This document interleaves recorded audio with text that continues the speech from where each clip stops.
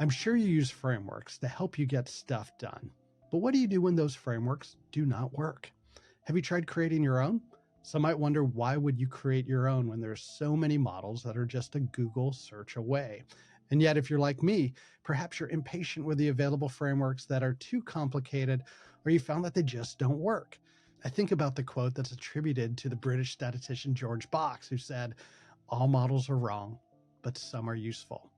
All frameworks do have their limitations, so I say, if the old ones don't work, make your own. Throughout my career, I've used and created my own frameworks, and the ones I found that do work, I love to share them with other people. In fact, this podcast is an example of a framework of how ordinary people use their extraordinary talents to tap into their possibilities and potential so that they can create meaningful impact in the world.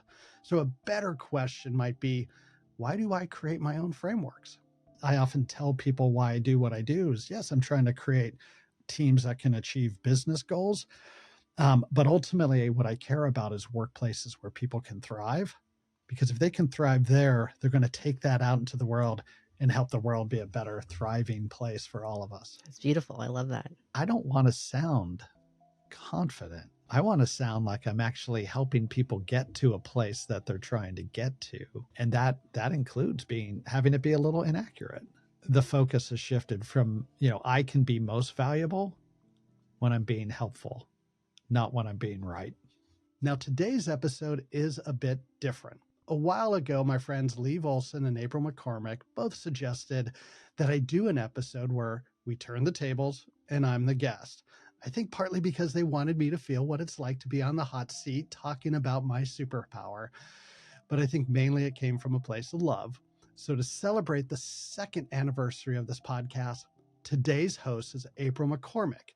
You'll recognize April as a previous guest on this podcast, and she is the talented host of the powerful Uncomfortable Friend podcast. April will be helping me explore what I know to be true about using, creating, and sharing simple frameworks, and maybe more importantly, why I do it. And in this episode, I share a handful of models that I have used or created, and I even share my favorite framework. While it's not one that I created, it is one that I've used on almost every project I've been a part of for the last 20 years. If you're ready, let's dive in. Welcome to What Do You Know to Be True? And I am April McCormick with your host, Roger Kastner. But today we get to turn the tables a little bit. And I've asked Roger for a while now, I think, what is your superpower? And today you're going to get to face the music. It's a pleasure to be here, April. Thank you for having me on. I know you're so excited to talk about yourself, but I need to ask you, what's important to know about Roger? Well, first off, I'm a husband and a father.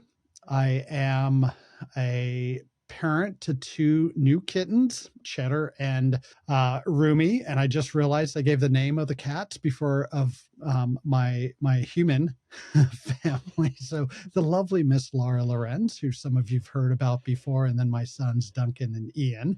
For work, I am an org development practitioner, and if you've seen the movie Office Space, I'm basically one of the Bobs, but for people and teams versus process. I'm also a leadership coach, and I'm a podcast host of this wonderful podcast that I've given the reins over to my buddy April today.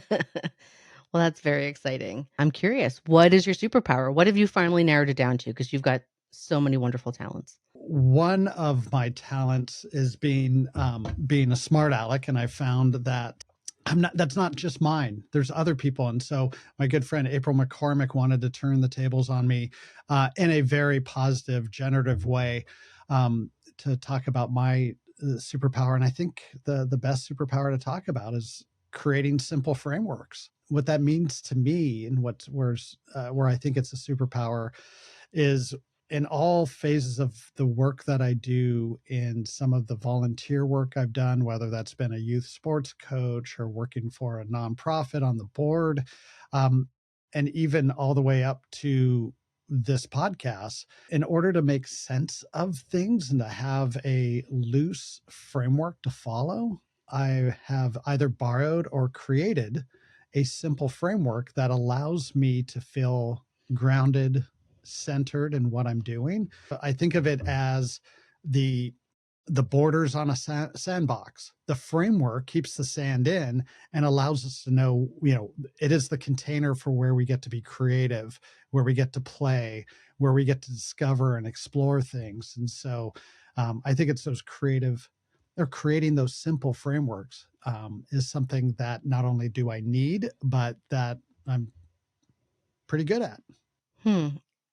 Could you dive a little bit deeper with like your definition of framework? I like that sandbox, but what does that look like? And this is coming from a recovering engineer, right? In the sense of like, are we looking at like a checklist? Are we looking at what are we looking at as far as how you define framework? It can be a checklist. In fact, I wrote a book about 10 years ago about a checklist, and it was a process that I discovered. I'd like to say I discovered. For me, it was a discovery. It was something that was new.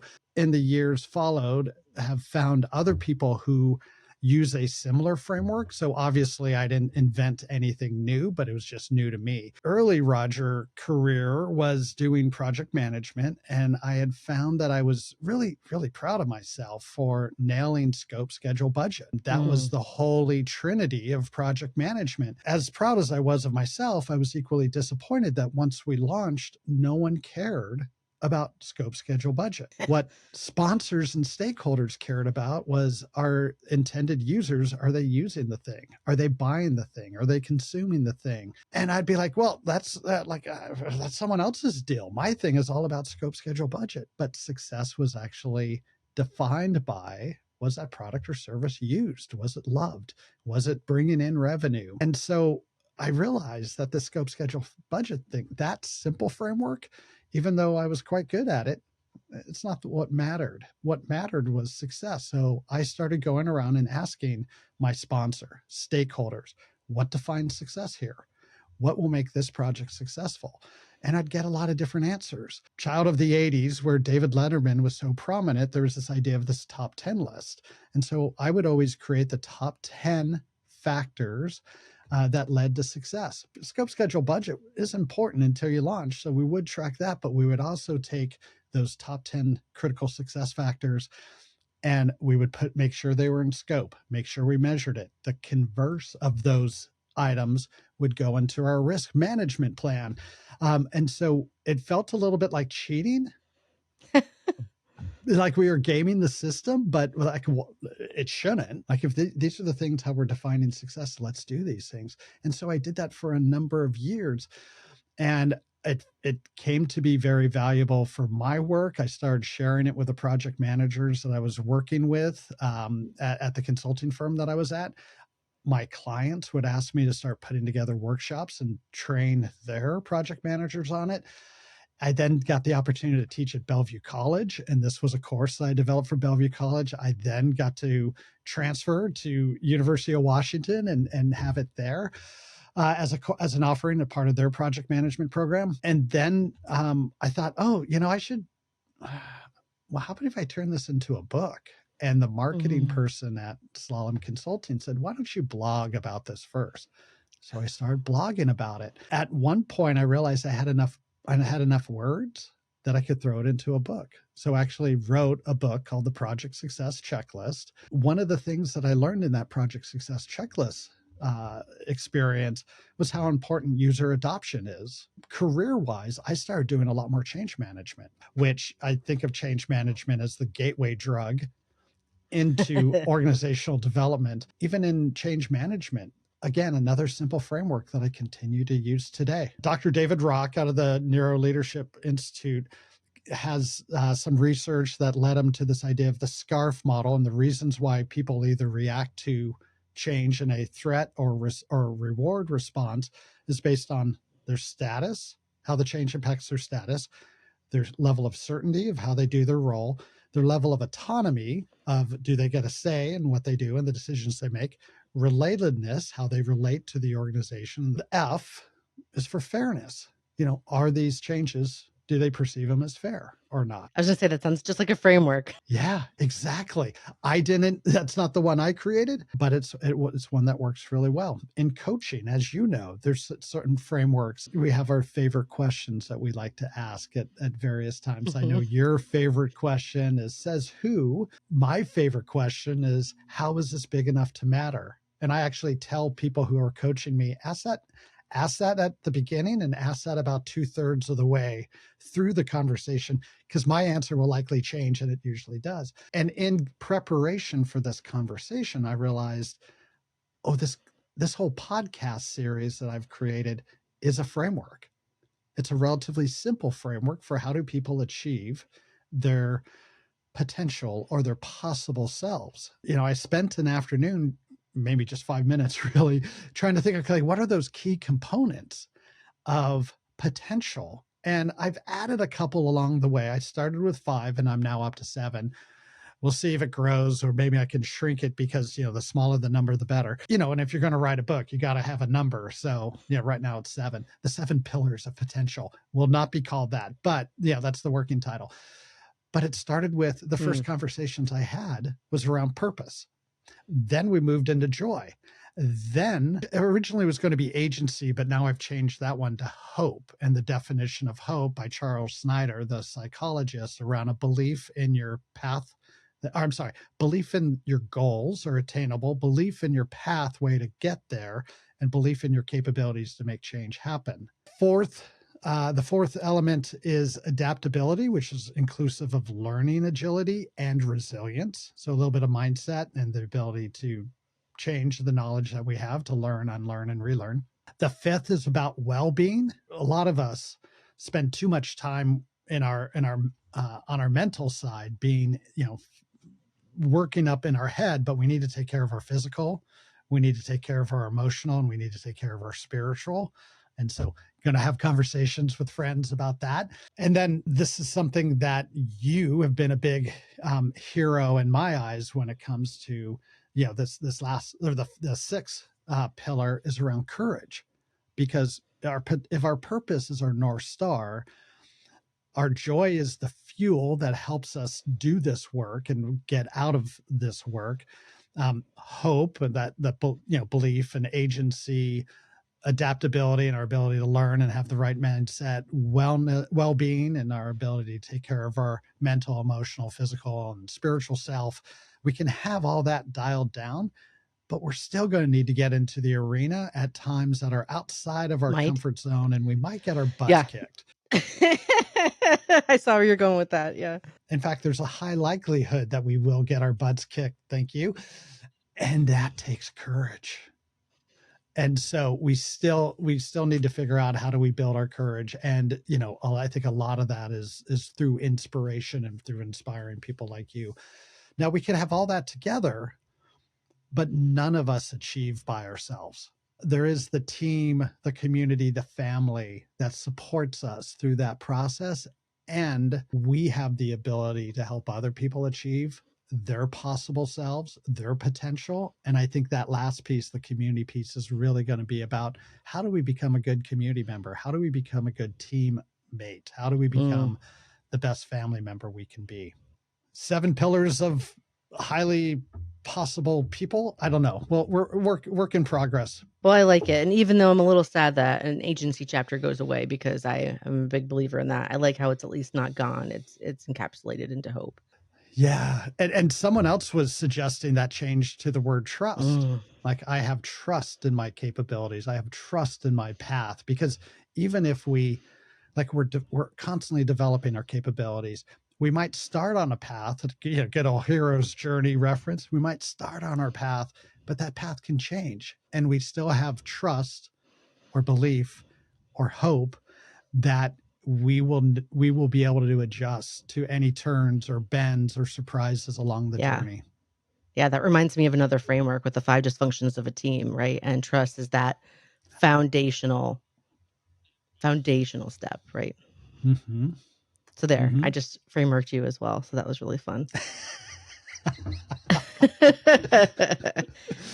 It's contagious. It is. And now that you've mentioned that this is your superpower, I've noticed now I'm thinking back to conversations that we've had and I'm like, I've seen that pattern over and over and over again. And so I'm like, how did I not clearly understand that? As it's fascinating. So I love to get to know even more about you every time. So what or who inspired you to have the superpower of creating simple frameworks? And I think this is why it has become something that I do just so naturally and sometimes annoyingly. Growing up, we moved around every year. Oh, wow. And every September we would be in a new town. I'd be going to a new school, and come June, we're mainly in California, but in start of June, once school was out, we would drive to New York State to be with my dad's parents as a way of getting to know them, because my dad didn't know his dad up until he was 18. But the impact on me and my brother, who's 3 years older, the impact was that we didn't have long-term friendships. We didn't have relationships that span that school year. And so at the beginning of every school year, I would come in, and I think just, the innate wisdom in me said, hey, you gotta understand this landscape very well, and you got to be able to understand how to fit in, from a safety standpoint, from a social standpoint. But also what was challenging for me is I had a speech impediment. I pronounced all my R's as W's. And, not great that my name is Roger and my last name, there's an R at the end as well. And so, like, I couldn't even pronounce my own name. So I had a little extra hurdle there. The sort of story I was telling myself then was that, where people weren't accepting me for who I was, because I was the new kid, because I was outside of their group, because I had this funny way of talking, that I had to prove myself, that I had to prove my value, my worth. And I think there's a part of me that was questioning that as well, because everyone else was questioning it. Why wouldn't I do that as well? And so I think this desire to find the frameworks to help fit in, to understand, like, what does it take to actually fit in and befriend people, was really important. There's a story that I've been living with, and like a groove in a record that I've been stuck on, about this need to prove my value and my worthiness to other people. That has got me to a place where, some of the patterns in my life. A good friend sent me this little clip of Brene Brown, where Brene says, do not go searching for evidence of your worth, because you will find evidence that you're not worthy. Do not go searching for evidence that you belong, because you will find evidence you do not belong. Do not negotiate those things that you can find internally. And that was a game changer for me. Simple framework that someone shared with me, simple phrase, that hit me at the right time to realize the truth of the matter is I was probably always questioning myself if I was worthy. And I would look for that answer to come from external sources when I should have been talking to myself all along. For 18 years, I was an external consultant, where every 3 to 6 months I would have a new client team, and I'd have to come in and help them solve some big problems at the very beginning. And that kind of feels like the young Roger going into a new school year.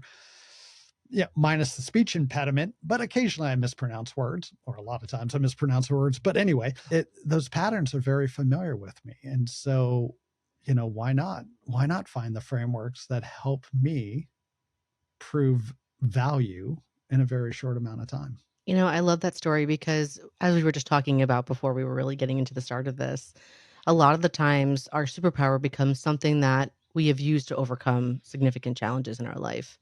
And while not all of those challenges might rise to the occasion, right? We might not choose to follow those paths. It's absolutely beautiful to hear you talk about that.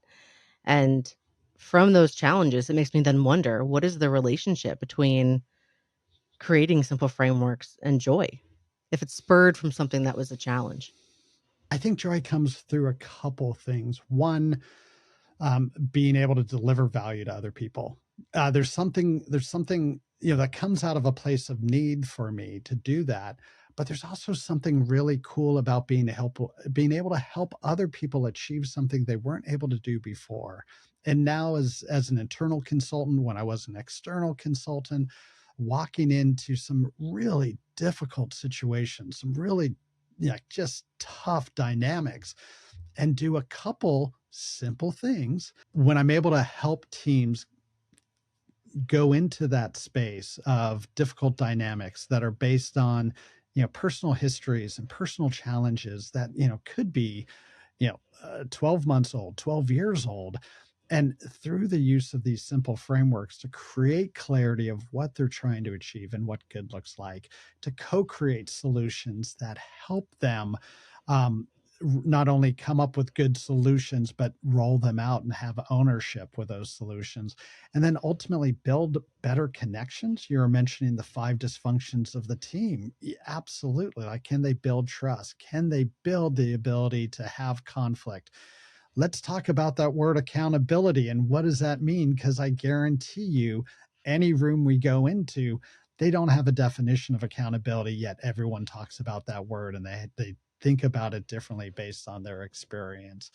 Um, if we can talk about those things, then we're going to have a new framework for how we're going to work together, and the teams are just going to perform better. And so the thing I love is, after an engagement where the client says, thank you, you helped us do something hard and you helped us think differently about it.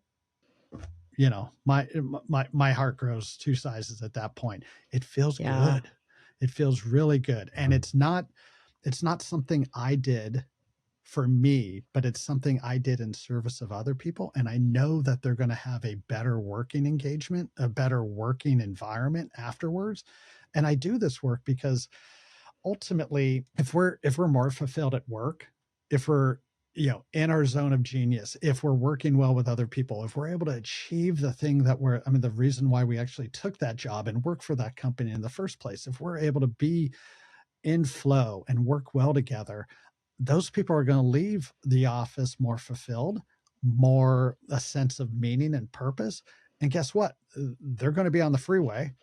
They're going to be in the community, in the neighborhood. They're going to go home to their families. And if they're like radiating positivity at that place, it's going to be a better world for all of us. And Yeah. so I often tell people why I do what I do is, yes, I'm trying to create teams that can achieve business goals. But ultimately, what I care about is workplaces where people can thrive, because if they can thrive there, they're going to take that out into the world and help the world be a better, thriving place for all of us. It's beautiful. I love that. Ugh. And I love how that really centers on the whole person, right? It breaks down the previous notion of you need to be somebody different inside and outside of work. Mm-hmm. So, Roger, what do you know to be true about creating simple frameworks? Do you remember the candy, the 100 grand bar? Yeah, it's one of my favorites. Yeah, that was so good at Halloween when you're going and knock on a door and you see that red wrapper. My kids don't There's like that. them, so that's my parent tax. Yeah. I know, Oh, crazy. I don't know. They're into the well, I mean, sour gummy things, so I'm like, I'll take the, the 100 grand. It's fine. yeah, no, it's nice to sacrifice yourself that way. Yeah, the best part about that bar is not the hard outside. It's the chewy goodness on the inside and the interaction with that hard side. I think of that as using these simple frameworks to give us, to give that border on the sandbox, to give us those boundaries and guide us in a certain direction that then allows humanity to enter the conversation, then allows our vulnerability and our innovative and creative self to come in. Um, the framework just makes sure, like, hey, yes, we're going in the right direction, we're checking off these boxes, but now let's really pour ourselves into that center. The need to use, um, the simple frameworks coming out of my need to feel valued, definitely is true for me. And yet, even though that comes from maybe a place of, some sadness there, the ability to help people show up in their true authentic selves and to do very creative work that's close to their purpose, to where they get meaning from that, it's magical. I'm trying to think of the right word. I mean, a strong value for me is liberation, and Mm, liberating from the status quo, from the mundane, from the just the bureaucratic BS that we have to deal with in workplaces. If we can set that stuff aside and help people get to the real reason why they do the thing they do, so they could get into flow, so they could get into their zone of genius, all those buzzwords come to the front when we use those simple frameworks. That's just delicious. that's beautiful. It's breaking me into so many other pieces because I'm like, boy, do I want to just pick your brain as a fellow person in corporate America right now. It's funny because for me, someone who's done this time and time again, there's part of me that's like, are they gonna figure out that it's a simple framework and they don't actually need me? Do you ever find yourself also just disappointed with the fact that more people don't know about this framework and don't operate to this framework because it feels like we're not learning our lesson as humanity? That actually fuels the second half Mm. of the creative of creating simple frameworks, is the sharing of them. I love spending time sharing the frameworks with people. I love showing how I do the magic, and with the intention that they're going to go off and do it themselves. They can now, they're now capable of pulling a quarter out of someone's ear, because I know that will have more ripple effects. If my goal is to create a better world, if my purpose statement is I'm unlocking my potential when I'm unlocking other people's potential, and if they have if other people can help other people unlock their potential, it's just the ripple effect. For all those that are thinking that everything feels so negative nowadays, it makes me feel really wonderful that there are other folks that are looking at these as the opportunities to make a positive impact. And I do think that those ripples last much, much longer than you'll probably ever know. Thank you for that. I can receive that. The disappointment that I feel, I think right now, and this has been a real focus for the last several episodes, around joy and how to access joy, because we're hearing, for so many people, how joy is hard right now. And yes, the world is definitely, it's a little harder to process. There's a lot of things going on that we wish weren't so. And when we are not able to access joy, when we're not able to have positive emotions, um, it has an infectious Oh, viral absolutely. impact on the rest of us, right? And there's something so powerful, like, and you and I've talked about this before, around, like, I'll go around and ask people, like, hey, what's sparking joy? And no one has said nothing, which is good. But the beautiful thing about when they respond to that question is they're showing their values. The things that spark joy is connected to their values. So once you learn that, then you can keep talking about that thing. And the next time you see them, and the next time you keep bringing that up. So there's an element of, where people are maybe unaware of how they access joy and what can spark joy for them. I wish more people knew that. So that's one part of the disappointment. Another form of disappointment I find is when I'm working with teams and we talk about what's the total potential. The final decisions that they make is somewhat short of that full definition. And therefore, Mm. um, maybe they only get 80% to their potential, or 90% of the way to their potential. And I'm like, oh, you could have got that extra 10%. And then I have to just stop and, like, okay, what have they achieved? What have they achieved? Where were they when I started with them, before we started these conversations? One of the things I have to remind myself, and I should probably do this for myself as Yeah. well, but with the teams that I'm working on, like, keeping a checklist of, okay, this is what, oh, we did something new today that we didn't do before. We were able to now do this that we weren't able to do 2 months ago. There's a little bit of, how to address that disappointment, but it still comes up. It still comes up, when we've seen what's possible and we didn't get it this time. Doesn't mean we can't get in the future, but Yeah. there's a little bit of that. What did you believe early on? about your superpower that you've now come to learn is not true? I think I was doing it because I was looking for shortcuts. For a lot of these things, the formal training came after I'd been doing that thing for a while. And maybe that's pretty typical. But like when I got my project management professional certification, I'd been doing project management enough that I'm sitting there and just calling BS on all the stuff I had to say that I knew to pass the exam, Mm-hmm. and become certified, and then realized, oh no, that's not how you're supposed to do it. Case in That's not point, how it works in the real world. Yeah. yeah. So I, Yeah. I got certified in 2003, which, it's been a minute. But at that point in time, the PMP asked, oh, what do you do when something goes wrong? And the response is you document the corrective actions you take. Oh, so you go fix it and you write down what you did. That's not helping me. That's not helping me solve problems. Just write down what I decide what to do.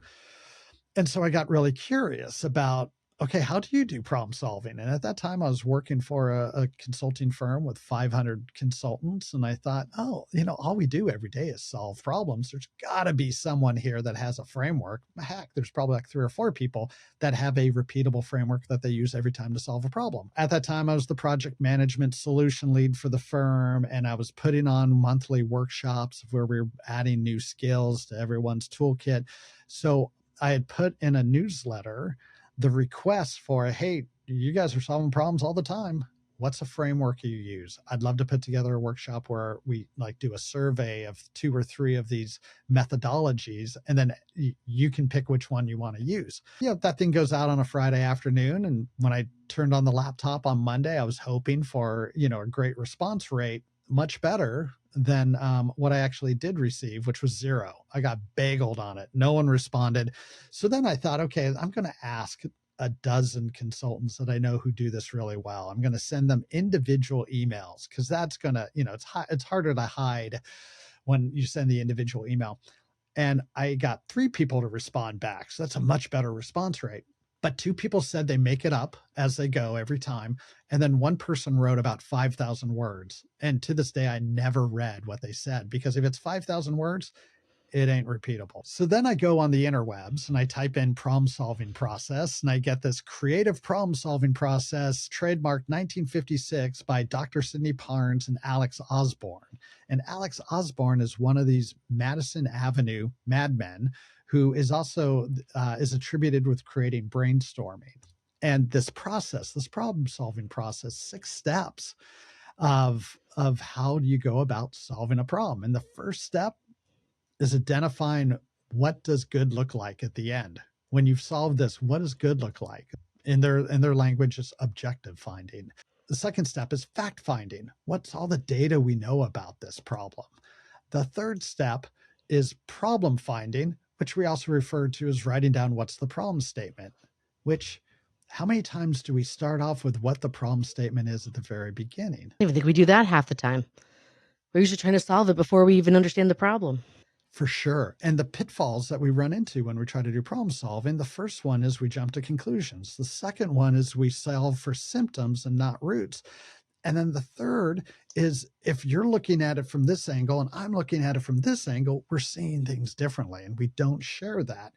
But if we follow just these first 3 steps of what does good look like, the second of what do we know about this, and we get to share those perspectives. So we have a 360 view of the problem. And then what's the problem we're trying to solve? And we all agree to that. We can't run into those pitfalls. The fourth one is brainstorming. Thank you, Alex Osborne. The fourth one is picking. Cool. The fifth one is implement and validate. There's 6 ones, sorry. So Yeah. like 6 simple steps.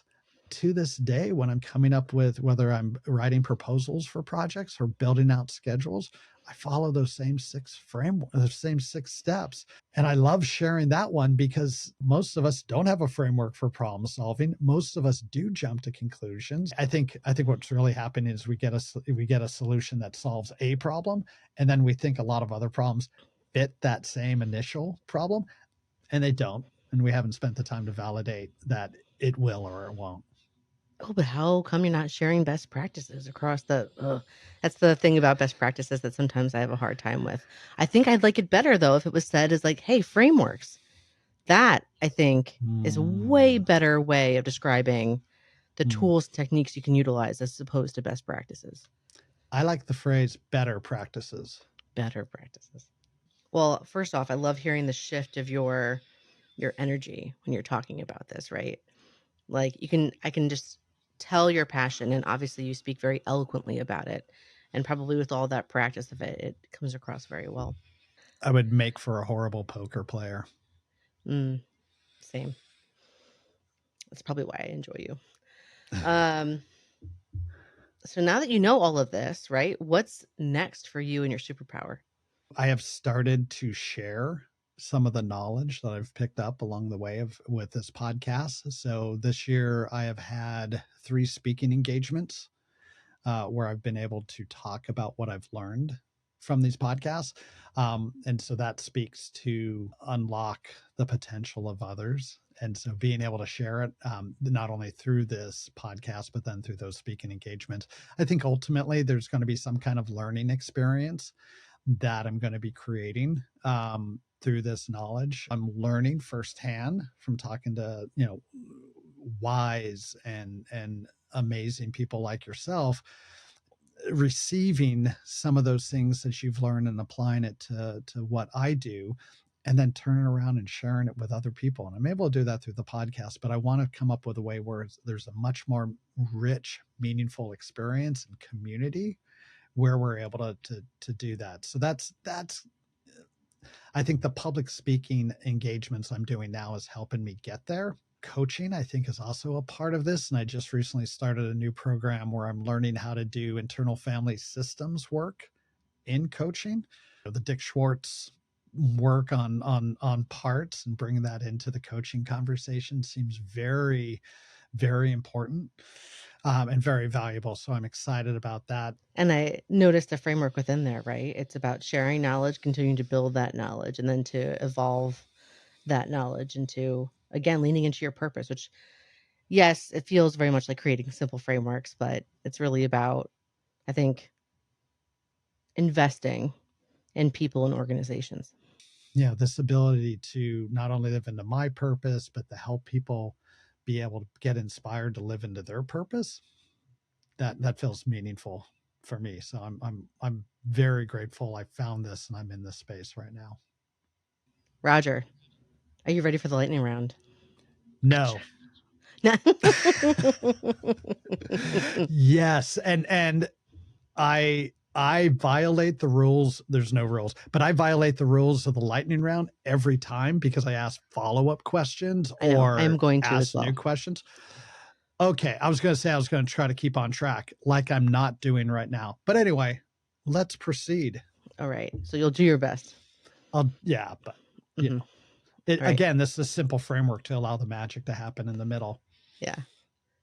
Creating simple frameworks is, Empowering. I mean, one word. Look at you. Right to the No, point. I'm trying. I'm Yeah. trying. And All right. Who in your life demonstrates creating simple frameworks for you? I've got nothing on this one. That's really interesting. Yeah. I know you're going to be ruminating about this after.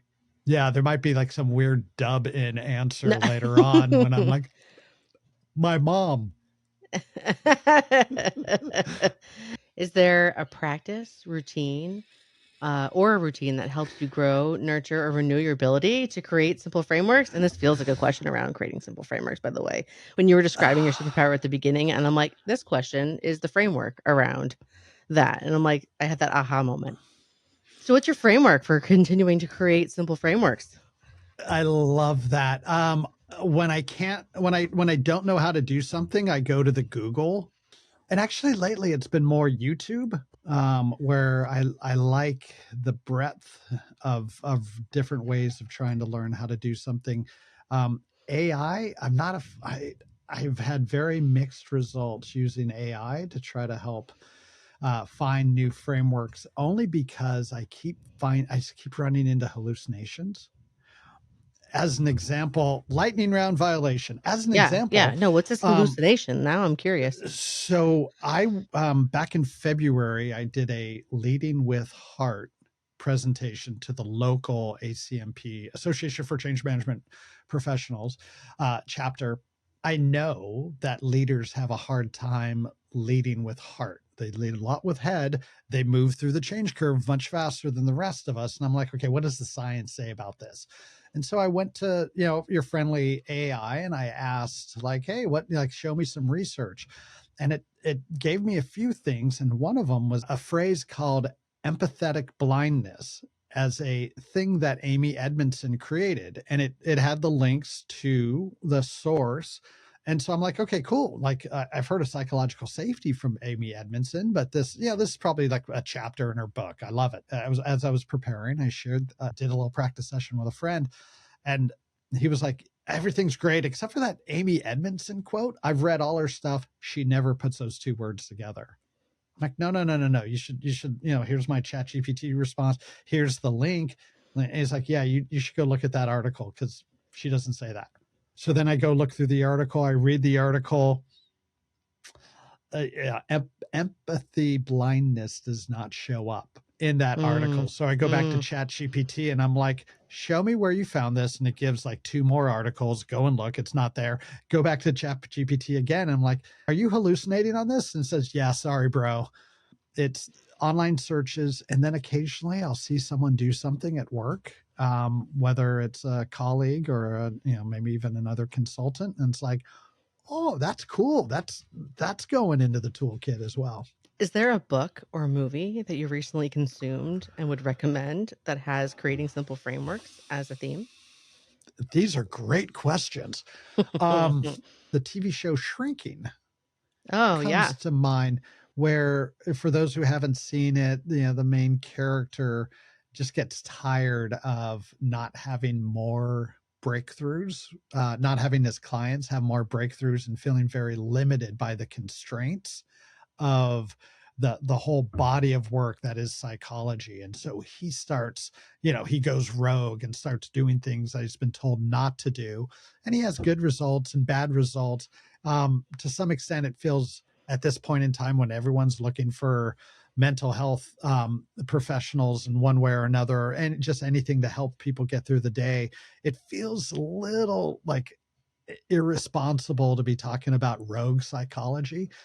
But I think there's something in that around like, okay, we have these very complex frameworks, probably for some really good reasons, like when it comes to taking care of other people's mental health. But in some places, I think we're using frameworks or following rules that need to be questioned. And people are looking for more complexity. We have complex problems, and therefore we need complex frameworks. And I think that's taking the humanity in people's experience out of the equation. In some places, that might be really good and valuable. In most places, probably not. We probably need to tap into the wisdom that is in the room and not on the PowerPoint slide. What is one thing that gets in your way of creating simple frameworks? Just like for this podcast, there's a little bit of going back to those 7 pillars. Like, okay, are there other pillars? Like, what if I got this wrong? Like, what if I'm like not understanding one of these just right? And what if blah, blah, blah, blah, blah. And fortunately, I'm at the place where like I'm accepting that this is a hypothesis. It's not even a theory, it's a hypothesis. And I'm out collecting data and I'm tapping into the wisdom of others to help me understand whether or not these things are true. That might be the reason why it's called this. Yeah. Even that title, there's a little bit of tongue in cheek because I actually don't believe there are any truths. I just believe there's people's experiences and embracing the impermanence of the things that they believe to be true, that it will change over time. And so the frameworks that might work today might not work tomorrow, or maybe there's even a better way of doing something. But I do think there's a limitation to how much the framework can help. And I see that because you brought that up earlier on in our conversation around sometimes you want to add to the complexity of the framework and thinking that will solve it. And there's that people, heart, aspect of it.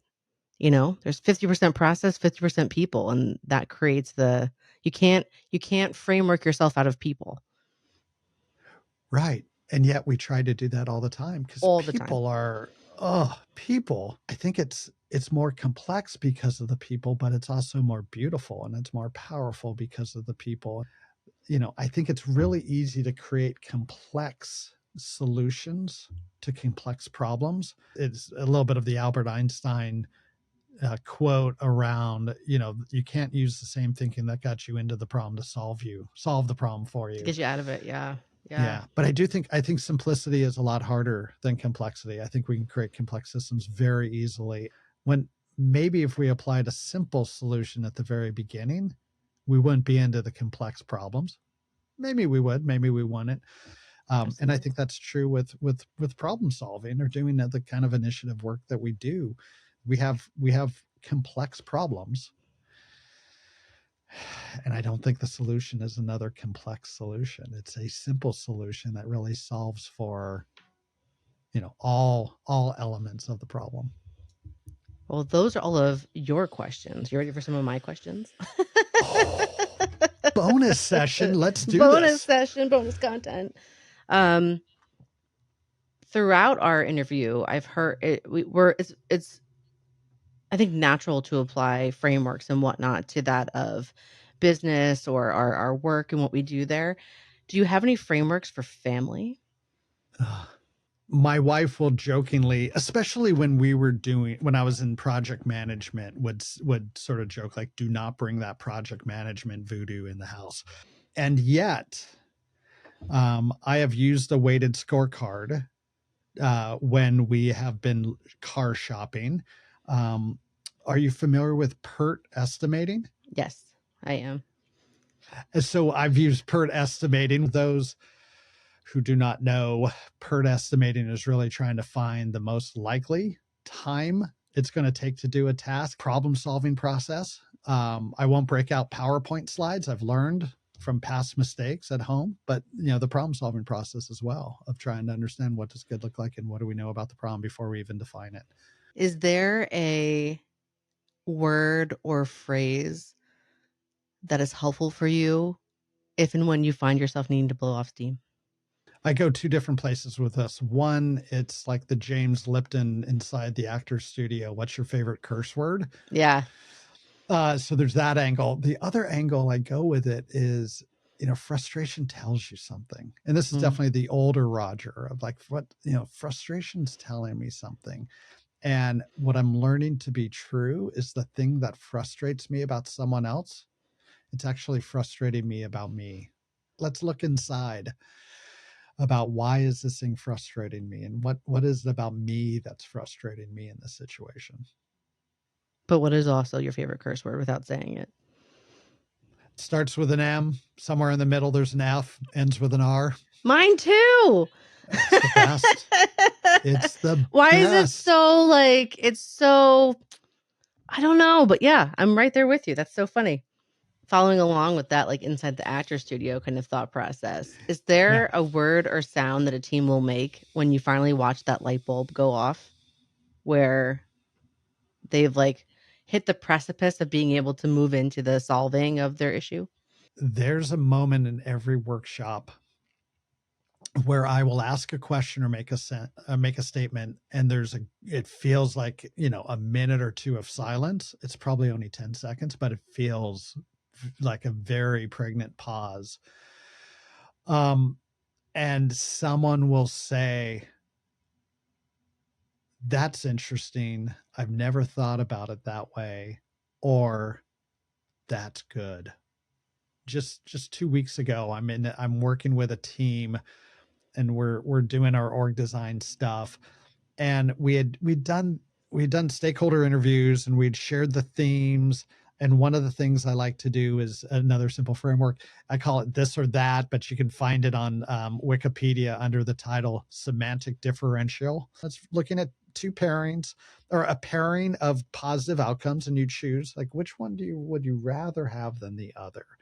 And so we do the interviews, we do the this or that, and in listening to people just talk about what they're talking about. We didn't have time to come up to do an exercise around building their vision, but just listening to them talk, I just went into my little template of, your vision. Like, this team exists to, we do this by, so that, like, those are the 3 prompts.